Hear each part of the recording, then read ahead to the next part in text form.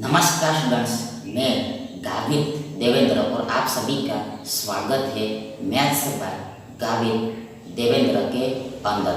तो आज हम पढ़ेंगे ऊंचाई और दूरी यानी कि हाइट एंड डिस्टेंस। तो उसमें पहला प्रश्न ऐसा है कि 200 मीटर की ऊंचाई पर यानी हाइट पर उड़ने वाले किसी विमान का यानी एरोप्लेन का पायलट किसी नदी के यानी रिवर के दोनों किनारों पर यानी कि बोथ बीच पर यानी बोथ बैंक्स पर दो बिंदु 2 पॉइंट्स देखता है। ये दोनों बिंदुओं के अवनमन कोण यानी कि angle of depression that is depression angle 45 degree and 60 degree हो है।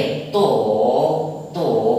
नदी की चौड़ाई यानी ब्रेथ फाइंड कीजिए।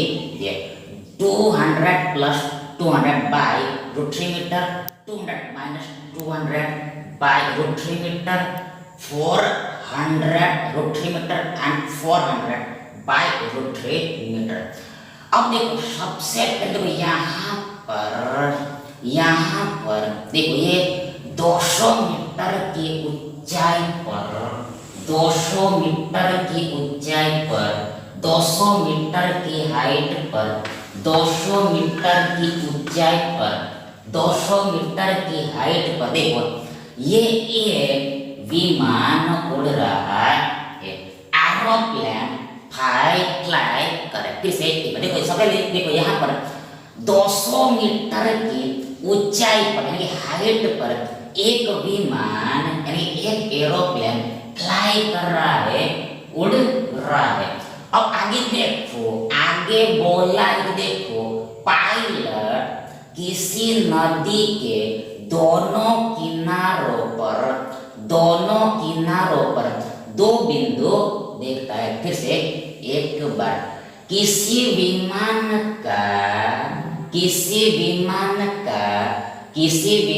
का पायलट किसी नदी के दोनों किनारों पर दो बिंदु देखता है। मतलब देखो यहाँ पर ऐसे नदी आ रही है जा रही, ऐसे नदी आ रही है जा रही। मतलब देखो ये नदी की देखो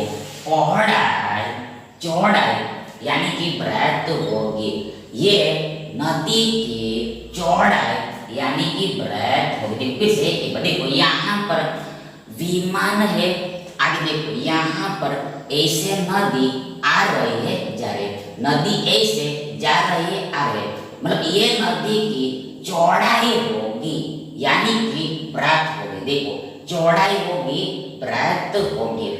अब आगे देखो यहाँ पर हियर मतलब ये एक बिंदु है और ये दूसरा बिंदु है, ये 2 पॉइंट्स है, ये दो बिंदु है। अब आगे देखो यहाँ पर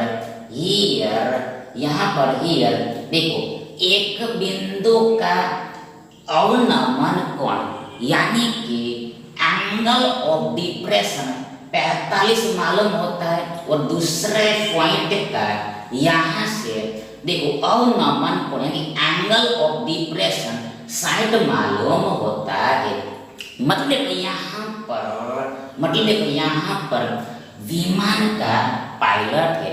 आगे देखो ये विमान का पायलट देखो यहाँ से इस बिंदु को देखता है, ये बिंदु से यानी ये विमान से ये पायलट इस बिंदु को देखते हैं। देखो यहाँ पर एंगल बने, देखो यहाँ पर सबसे देखो यहाँ पर एक हॉरिजॉन्टल लाइन बनेगा, क्षैतिज रेखा बनेगा, हॉरिजॉन्टल लाइन बनेगा, क्षैतिज रेखा बनेगा। और देखो यहाँ से पायलट देखता है, मतलब देखो ये लाइन ऑफ साइट होगा, दृष्टि रेखा। फिर से देखो ये हॉरिजॉन्टल लाइन और ये दृष्टि रेखा होगा, लाइन ऑफ साइट। मतलब देखो मतलब देखो ये एंगल, ये कोण देखो यहाँ पर 45 का बन रहा है, 45 डिग्री का बन रहा है। इन शॉर्ट यदि हम ऊपर से नीचे देखते हैं, ऊपर से नीचे देखते तो नीचे देखते हैं, देखो अवनमन कोण बनता है, एंगल ऑफ डिप्रेशन बनता है, मतलब ये वाला 45 का कोण है। अब देखो यहाँ पर देखो एक बात याद करके रखनी है कि रिमेंबर करके रखनी, देखो यदि दो समांतर रेखाएं हो, दो समांतर रेखाएं हो, टू पैरेलल लाइंस हो, टू पैरेलल लाइंस, देखो इसमें से एक तिर्यक रेखा पास होती हो, तिर्यक रेखा पास होती, मतलब यहाँ पर ये ट्रांसवर्सल लाइन पास होती है। ध्यान देखो यहाँ पर ये वाला एंगल और ये वाला एंगल समान होता है, इक्वल होता है, और इस एंगल को ऑल्टरनेट एंगल बोलते हैं, ऑल्टरनेट एंगल बोलते हैं। देखो एकांतर कोण बोलते हैं। सिमिलरली ये एंगल और ये एंगल भी समान होता है, और इसको भी ऑल्टरनेट एंगल यानी कि एकांतर कोण बोले। यहाँ पर एकांतर कोण की दो जोड़े मिलती है, टू पैर्स मिलते हैं। यहाँ पर सेम कहानी यहाँ पर भी होगी, मतलब देखो यहाँ पर ये दोनों पैरेलल लाइंस है, ये दोनों समांतर रेखा है, और ये हमारी तिर्यक रेखा होगी, ट्रांसवर्सल लाइन। देखो ये एंगल जितना होगा उतना ही ये एंगल भी होगा, ये 45 का है तो ये भी 45 का होगा, ये भी हमारा 45 डिग्री का एंगल होगा। मतलब देखो ये दोनों यहाँ पर ऑल्टरनेट एंगल है, एकांतर कोण है। अब आगे देखो, देखो यहाँ पर ये हमारा दूसरा बिंदु है, दूसरा पॉइंट। अब देखो ये विमान का पायलट देखो यहाँ से इस बिंदु से, इस विमान से यानी आँख से, अपनी आँख से देखो इस दूसरे बिंदु को देखता है, ये दूसरे पॉइंट को देखता है। तो यहाँ पर भी देखो एंगल ऑफ डिप्रेशन बनेगा, अवनमन कोण बनेगा। मतलब सबसे देखो यहाँ पर ऐसा एक हॉरिजॉन्टल लाइन बनेगा, क्षैतिज रेखा बनेगा। मतलब देखो ये वाला एंगल यहाँ पर 60 डिग्री का हो रहा है, ये 60 डिग्री का हो रहा है। मतलब देखो यहाँ पर ये हॉरिजॉन्टल लाइन है, और ये देखो दृष्टि रेखा है, लाइन ऑफ साइट है, इसलिए देखो ये वाला एंगल यहाँ पर 60 है, मतलब ये हमारा दूसरा अवनमन कोण है, सेकंड डिप्रेशन एंगल है, सेकंड डिप्रेशन एंगल है। अब एंगल देखो हम ऊपर से नीचे लेके तो ही अवनमन कोण बनता है। आगे देखो सेम स्टोरी देखो यहाँ पर भी लगे, मतलब देखो ये हमारी दो पैरेलल लाइंस है, समांतर रेखा। देखो ये वाला एंगल 60 का है तो ये वाला एंगल भी 60 का ही होगा। मतलब यहाँ पर ये ट्रांसवर्सल लाइन है, ये तिर्यक रेखा है, ये दोनों समांतर रेखा में से देखो ये ट्रांसवर्सल लाइन तिर्यक रेखा पास हो रही है, प्रसार हो रही है, प्रसार और देखो यहाँ पर ये 60 तो ये भी 60 बनेगा। मतलब ये भी हमारे ऑल्टरनेट एंगल है, एकांतर कोण भी है। अब देखो यहाँ पर स्पष्ट दिखाई दे रहा है, देखो ये दोनों 90 डिग्री के एंगल ही है, सीधा यहाँ पर 90 डिग्री के दो एंगल बने। अब यहाँ पर हमारे पास दो राइट एंगल ट्रायंगल है, दो समकोण त्रिभुज है। देखो यहाँ पर इसमें ये 90 का है, ये 45 का, तो ये एंगल 45 का ही बनेगा।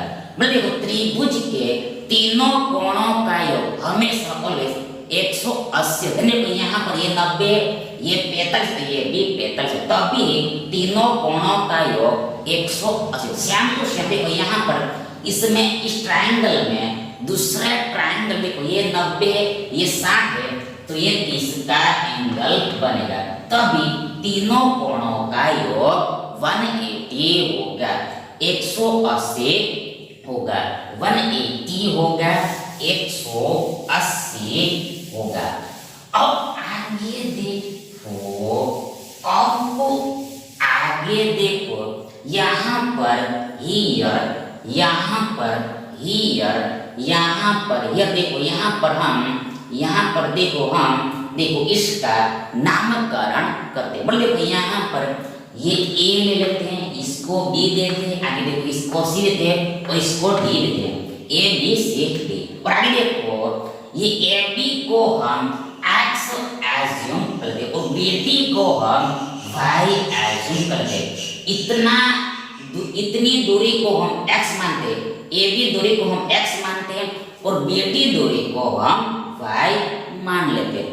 अब आगे देखो यहाँ पर हियर देखो हमें निकालना क्या है, आउट क्या करना। देखो यहाँ पर हमें नदी की चौड़ाई निकालें, रिवर की ब्रेथ निकालें। मतलब हमें ये x प्लस वाई का वैल्यू निकालें, x प्लस वाई का मान आउट करते। सबसे पहले देखो यहाँ पर हमें x का मान निकालना पड़ेगा एंड y का मान निकालना पड़ेगा। तो देखो ये x का मान इस ट्रायंगल में से निकलेगा और ये y का वैल्यू इस दूसरे ट्रायंगल में से निकलेगा। तो सबसे पहले यहाँ पर हम x का मान निकालते हैं।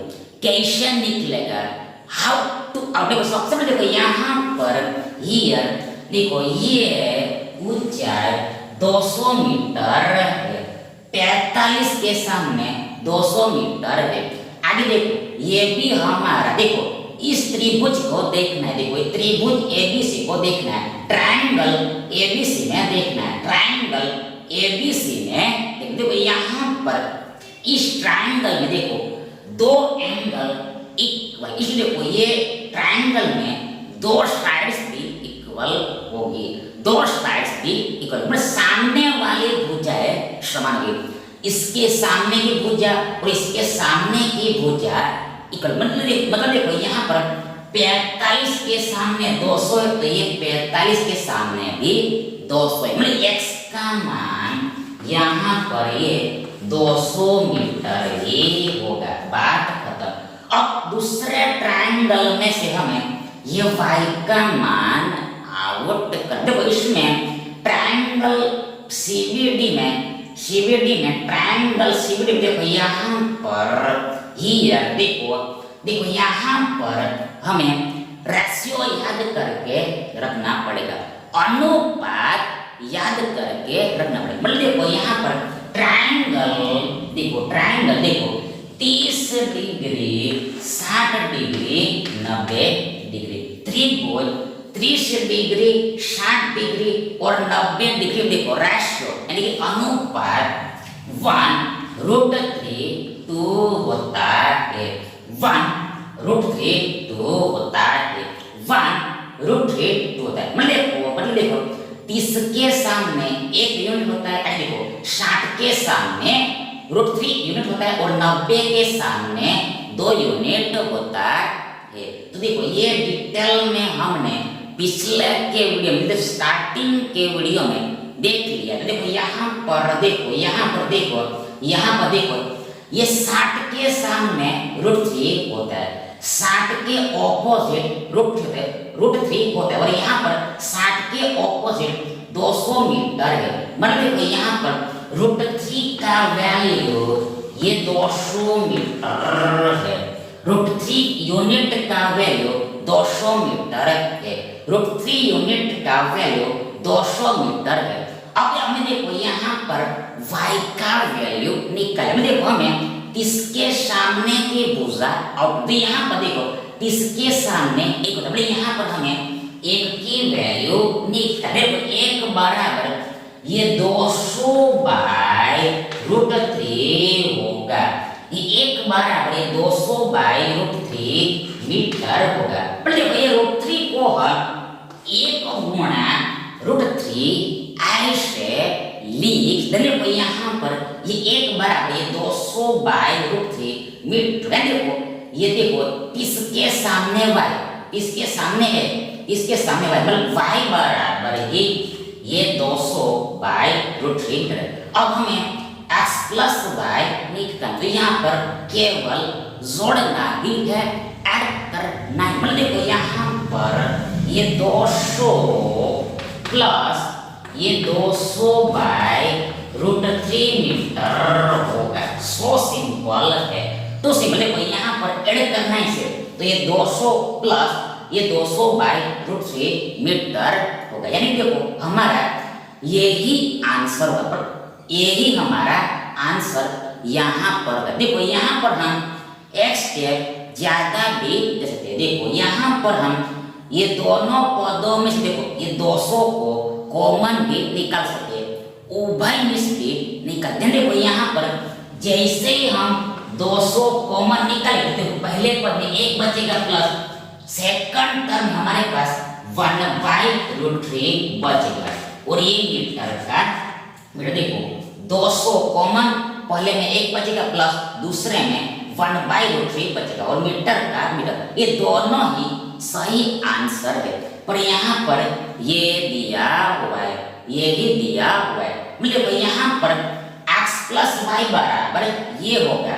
यानी देखो ये नदी की चौड़ाई यानी ब्रेड ये 200 प्लस 200 बाई रूट 3 मीटर होगा। यानी देखो ये ऑप्शन ए हमारा राइट ऑप्शन होगा। नेक्स्ट देखिए, एक 6 फीट लंबे आदमी की यानी पर्सन की साया शैडो 4 फीट लंबी है। उसी समय उसी टाइम एक झंडे फ्लैग की साया शैडो 50 फीट लंबी है। तो झंडे की ऊंचाई ज्ञात कीजिए। 80 feet, 75 feet, 60 feet and 70 feet. अब यहाँ पर देखो टाइम सेम है, समय इक्वल है, उसी टाइम बोला है, उसी टाइम बोला है। इसलिए यहाँ पर अनुपात यानी कि रेशियो समान होता है। अनुपात यानी कि रेशियो समान, मतलब देखो यहाँ पर हाइट का और देखो शैडो का रेशियो समान होता है। हाइट का और शैडो का रेशियो समान होता है, अनुपात समान होता है। देखो यहाँ पर आदमी की हाइट देखो ये 6 फीट है, बट आदमी की साया 4 फीट है। तो आगे बराबर देखो यहाँ पर हम झंडे की साया देखो झंडे की साया 50 फीट, देखो साया नीचे में देखो यहाँ पर नीचे में 50 आएगा, और हम झंडे की हाइट x मान लेते हैं। x देखो ये दोनों बराबर होगा। फिर से देखो हाइट और शैडो का रेशियो यानी अनुपात इक्वल। देखो यहाँ पर आदमी की हाइट 6 देखो और आदमी का शैडो 4 देखो बराबर इक्वल। देखो यहाँ पर झंडे की ऊंचाई झंडा x ऊंचाई पर है, x ऊंचाई पर झंडे की साया यानी शैडो देखो ये 50 फीट, बट्टे में बचेगा, दोनों बराबर। हमें x का मान निकल देखो यहाँ पर आगे therefore देखो ये 6/4 गुणा 50 बराबर x होगा। ये 6/4 गुणा 50 बराबर x। therefore देखो यहाँ पर 25 दूनी 50, 2 दूनी 4, देखो 2 कैंसल, 2 तिया से 25 तिया 75 बराबर x, यानी x का मान 75 75 मतलब देखो झंडा 75 फीट हाइट पर है। झंडा यानी कि फ्लैग 75 फीट हाइट पर है। 75 फीट हाइट पर है। शो दिस ऑप्शन बी हमारा वी करेक्ट ऑप्शन होगा। आगे देखो next question.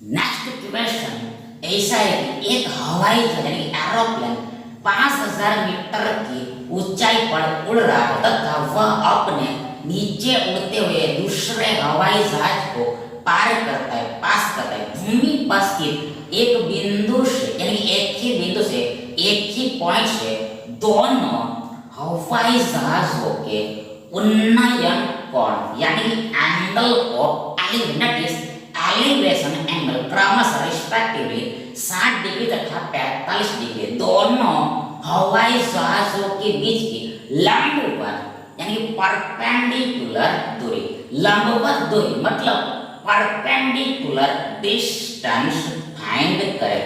5000 √3 - 1 metre, 5000 3 - √3 metre, 5000 1 - 1/3 metre and 4500 metre. अब देखो सबसे पहले यहाँ पर देखो एक विमान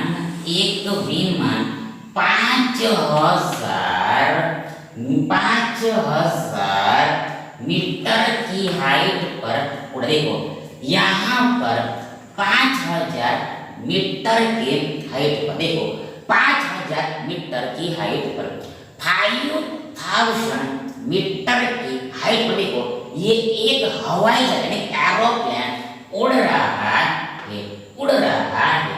अब आगे देखो तथा वह अपने नीचे उड़ते हुए दूसरे हवाई जहाज को पार कर। मतलब देखो यहाँ पर दूसरा हवाई जहाज है, यहाँ पर सेकंड एरोप्लेन है, यहाँ पर सेकंड एरोप्लेन। देखो हमने यहाँ पर मान लिया है एज्यूम करें। अब आगे देखो भूमि पर स्थित एक ही बिंदु से देखो एक बिंदु हम यहाँ पर मान लेते हैं। यहाँ पर हम एज्यूम इधर देखो यहाँ पर बिंदु से दोनों हवाई जहाज के उन्नयन कोण 60 तथा 45 है। मतलब देखो यहाँ पर ये हमारा हॉरिजॉन्टल लाइन होगा, क्षैतिज रेखा होगा। अब यहाँ पर देखो ये पहले विमान का एंगल ऑफ एलिवेशन उन्नयन कोण देखो ये 60 का दिया हुआ है। ये पूरा एंगल 60 का दिया हुआ है, ये 60 का दिया। मतलब देखो यहाँ पर इस पॉइंट से इस बिंदु से देखो ये हम दूसरे भी देखो ये पहले विमान को देखो इस बिंदु से हम ये पहले विमान को देखो यहाँ पर 60 का एंगल मतलब यहाँ पर उन्नयन कोण 60 का होता है। देखो हम नीचे से ऊपर देखते हैं, हम नीचे से ऊपर देखते तभी उन्नयन कोण बनता है, और नीचे देखते हैं ऊपर से नीचे देखते तो अवनमन कोण बताएंगे। देखो यहाँ पर देखो दूसरे विमान का उन्नयन कोण 45 का है। मतलब देखो इसी बिंदु से हम ये दूसरे विमान को देखते हैं। देखो यह हमारा लाइन ऑफ साइट होगा, दृष्टि रेखा हो, ये हमारा हॉरिजॉन्टल लाइन। देखो यहाँ पर ये इतना एंगल देखो ये 45 का बन रहा है, ये इतना एंगल 45 का बन रहा है। देखो इस बिंदु से इस दूसरे विमान का उन्नयन कोण ये 45 का है। अब आगे देखो दोनों हवाई जहाजों के बीच की लंबवत दूरी निकल, मतलब हमें परपेंडिकुलर डिस्टेंस निकल, मतलब यहाँ पर देखो ये स्ट्रेट हाइट निकाली है, ये स्ट्रेट हाइट निकाली, इतना ऊंचाई हमें आउट करना है। देखो ये दो विमानों के बीच की दूरी निकाले, हाइट निकालिए, ये लंबवत दूरी यानी सीधी स्ट्रेट हाइट निकाले। तो आप देखो सबसे देखो यहाँ पर ये तो हमारा 90 डिग्री का एंगल है, ये स्पष्ट दिख रहा है, 90 का एक होता है। अब देखो यहाँ पर इसका त्रिभुज का नामकरण कर, यहाँ देखो इसको ए बोलते हैं, इसको बी बोलते हैं, आगे इसको सी बोलते हैं और इसको हम ओ बोलते हैं, ए बी सी ओ। मतलब हमें सीओ निकालना है, ओसी हमें आउट कर। देखो यहाँ पर हम इसको एक्स एज्यूम कर दे, सीओ को हम एक्स एज्यूम। देखो यहाँ पर ये एओ यानी ओ है, देखो ये 5000 माइनस एक्स है, ये ओ ए यानी एओ ये 5000 माइनस एक्स, मतलब पूरा ये 5000 है और इतना एक्स है, तो इतना 5000 माइनस एक्स होगा।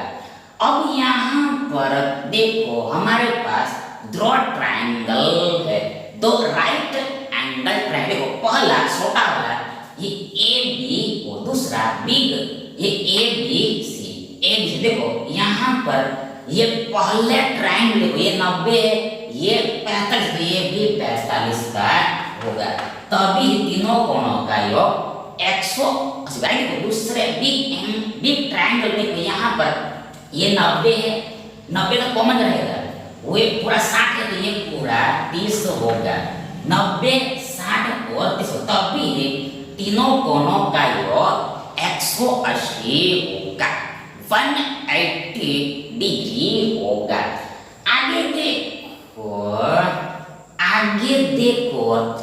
देखो यहाँ पर हियर, यहाँ पर हियर, यहाँ पर हियर, ये दोनों ट्रायंगल्स में, दोनों त्रिभुज में हमें समान क्या दिखाई रहा है, इक्वल क्या दिखाई रहा है, आइडेंटिकल क्या है। देखो ये दोनों त्रिभुजों में देखो ये ए बी यहाँ पर देखो कॉमन है, ये ए बी दूरी कॉमन है, ये सेम ही है, ये ए बी डिस्टेंस कॉमन। देखो ये छोटे वाले में भी ए बी आता है और बड़े वाले में भी ए बी आता है, इसलिए देखो यहाँ पर हम क्या करते हैं, देखो ये दोनों ट्रायंगल्स में से ए बी को निकालते हैं, ये दोनों ट्रायंगल्स में से हम ए बी को निकालें, देन दोनों को हम इक्वेट करते हैं,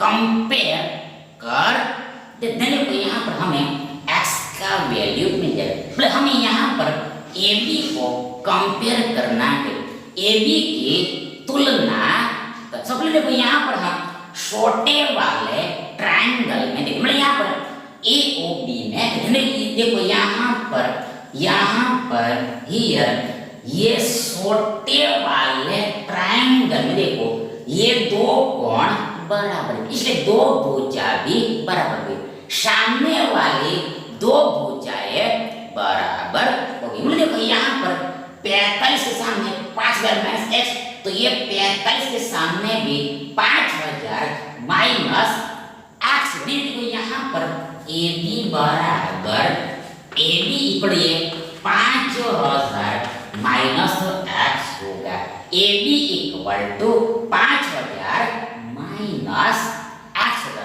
अब बड़ा वाला ट्रायंगल में से भी ये ए बी को निकालना है, कैसे निकलेगा, हाउ टू। देखो सबसे यहाँ पर हियर देखो, अब इसको भूल जाए, इसको नहीं देखना, देखो ये बड़ा ट्रायंगल को देखना है, ये बड़े ट्रायंगल को देखना, इसको ध्यान में नहीं देना। मतलब यहाँ पर ये 60 का एंगल है, ये 30 का एंगल है और 90 है। देखो यहाँ पर रेशियो लगे, मतलब देखो 30 60 90, 30 60 90, 30 60 90 1√3 2, 30 60 90 1√3 2। मतलब इसके सामने एक 60 के सामने √3 और 90 के सामने दो। देखो यहाँ पर हियर देखो ये 60 के सामने ये पूरा हाइट ये 5000 मीटर है।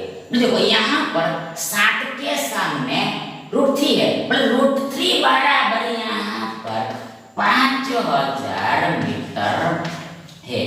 √3 बराबर 5000 मीटर है। अब आगे देखो यहाँ पर हमें ये AB निकल हमें 30 के सामने वाले भुजा, देखो यहाँ पर 30 के सामने एक, मतलब यहाँ पर हमें एक यूनिट वैल्यू देखो यहाँ पर एक बराबर है 5000 बट्टा ये √3 मीटर होगा। एक बराबर ये 5000 बट्टा ये √3 मीटर, मतलब यहाँ पर ये √3 को हम एक गुणा √3 ऐसे इधर को यहाँ पर एक बराबर ये 5000 बट्टा ये √3 होगा। एक का वैल्यू 5000 बट्टा √3 हो गए। और देख मतलब AB बराबर ये 5000 बट्टा √3 मीटर होगा। क्योंकि देखो यहाँ पर 30 के सामने एक है और एक बराबर, तो ये AB बराबर ही ये है। मतलब देखो यहाँ पर इसमें से AB ऐसा है और इसमें से AB ऐसा है, जबकि यहाँ पर AB तो समान ही है, इक्वल ही होगा। देखो यहाँ पर हम दोनों को कंपेयर करते हैं। देखो यहाँ पर ये x का वैल्यू मिल गया, तो यहाँ पर देखो ये 5000 माइनस x बराबर ये 5000 बट्टा √3 होगा। किसी पर ये 5000 माइनस x बराबर ये 5000 बट्टा √3, दोनों को हमने इक्वेट किया। देन आगे देखो 5000 माइनस 5000 बट्टा √3 बराबर x। किसी पर ये 5000 माइनस 5000 बट्टा √3 बराबर x। देखो ये 5000 बट्टा √3 एक्चुअल में प्लस 5000 बट्टा √3, इधर आएगा तो माइनस होगा, चिन्ह बदलेगा। सिमिलरली ये माइनस x इधर प्लस x होगा, चिन्ह बदलेगा, x होगा, मतलब आगे में प्लस को हम लिखते ही, यानी x बराबर इतना होगा।